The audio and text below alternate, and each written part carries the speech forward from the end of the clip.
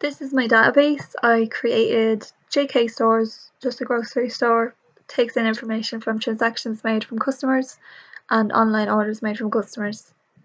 Obviously takes in staff details as well, and then the products that are within the grocery store. So I'll make a connection as this DBA.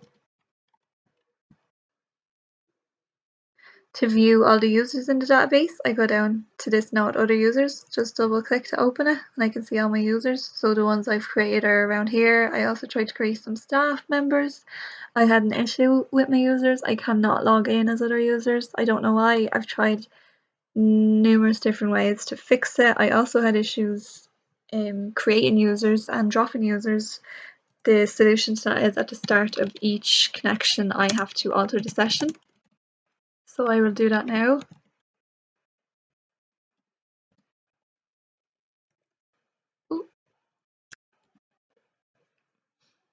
So now I should be able to add and drop users, but I will never be able to connect. So the first user I created is jadem_admin. This is the schema that I worked from and where I added all my tables, my views, trigger sequences, etc. So I will show how you would connect. So just you would say connect_jadmin. And you're prompted then to ask and enter your password. But this is the same error I always get. I also have tried through SQL Plus to create users. I create the user, no problem. As soon as the user is created, I can give it permission to create a session and loads of different system privileges. I can make it an administrator, but it will just never, it will always return this. Like I will create it and then try to connect as that user and it will just return this message all of the time. But that is how you should be able to. Another way is you can enter the password. So if my password was 1234, you would enter the password and then be able to connect. So going in to view my tables, these are the tables I created. I have a department for staff. So it has the ID and department names like till, store, cleaners, butchers. Then there is my staff. These are the columns that it takes in. The data. Then I have loyalty customers. Where are my loyalty customers? Loyalty customers, just to get the information on customers whenever they shop with us, if they have a loyalty card. Then there's online orders that are made. These are the columns. These are the orders I've just put in. And online order product gives the list of each, like basically the shopping list from the order. So say let's look at online order 27. So I will just filter by 27. Yep. And that's the shopping list there. So it gives the product ID, the customer. These are unique IDs given for each order here. So that's the product ID. Oh, sorry, no, these are the unique IDs given for each product, and then these are like the foreign key. These are the actual product IDs. So say let's find out what 101 is. I go to products. These are all of the products listed in the store. So 101 is bread. And yeah, that's all of the products listed in the store. It takes stock quantity, but then in online orders, I have online order product. I have product quantity that the customer has just purchased, so like 2 of that or 4 of that.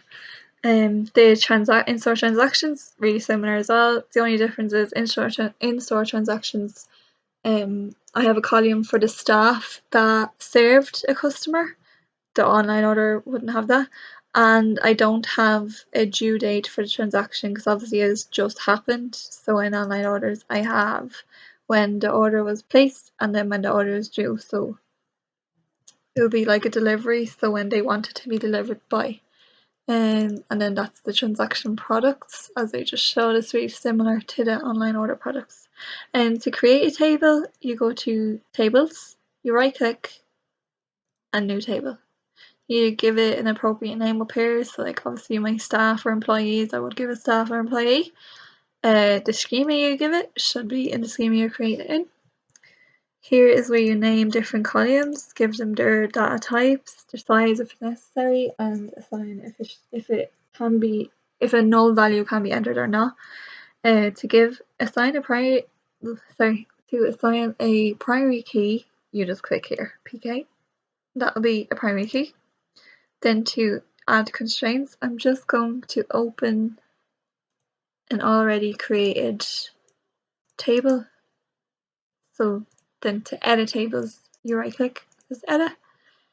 So for constraints, so there my self ID is my primary key, and you go to constraints to add constraints. So I have foreign key added, I have a check constraint, and I have a unique constraint. So the unique one is for the emails. No staff member can have the same email. You can't share emails for like privacy matters, etc. Then the foreign key, I'm taking in the department, so each staff member lists what department they work in, so tills, or if they're a manager, or if they're on the floor. So I need the department ID. So if I wanted to add a new foreign key, or say I was doing this one from the start, I would come up here and click new foreign key. Same if I'm creating a check constraint or a new constraint. So it will give this table to get the foreign key from another table. So you select the schema you're getting it from, should be the one you're working from now. Then the table, it will give you a list of tables, like I've already had department. So department, and then you get the primary key from this department, and then you just have to select from this actual staff table what column you want this to be referenced, the foreign key to be referenced in. So obviously it's going to be department ID, just be careful that it's not selected on like the primary key and that it's on the right one. For the age, I've just checked I had it in an age constraint, so I want to make sure that anyone that works in the shop is over the age of 17. So that means that the date of birth has to have been before the 2003. It would have to be changed then every year, and obviously it's not like exactly like there could be some 17-year-olds, but that's just the way I set up that you have to have been born after. I mean, you can't have been born after 2003. And then yeah, the unique. So for most of my tables, I did an auto increment to assign a value for the primary key to give them unique numbers. So to do an auto increment, just go back to columns, click on the column you want to add it to, go to identity column and column sequence. It could be just listed as none, but go to column sequence. That's just trying to create a new staff trigger, but I'm not going to bother. But it names the trigger and everything for you, and it names the sequence, and then obviously make sure you're in the right schema. And whether or not you check or uncheck this box is actually important, because if it is checked, it means it's going to check if the column is null before they insert a value from the sequence. So that means the user could put in their own value. Don't really like doing that, because then all the values are like really mixed up, so usually you should keep that unchecked. And I'm just going to cancel that edit. So that is how you create tables and edit tables, and add constraints, various constraints. So for triggers and sequences creating on their own, a sample of one of them that I did is products.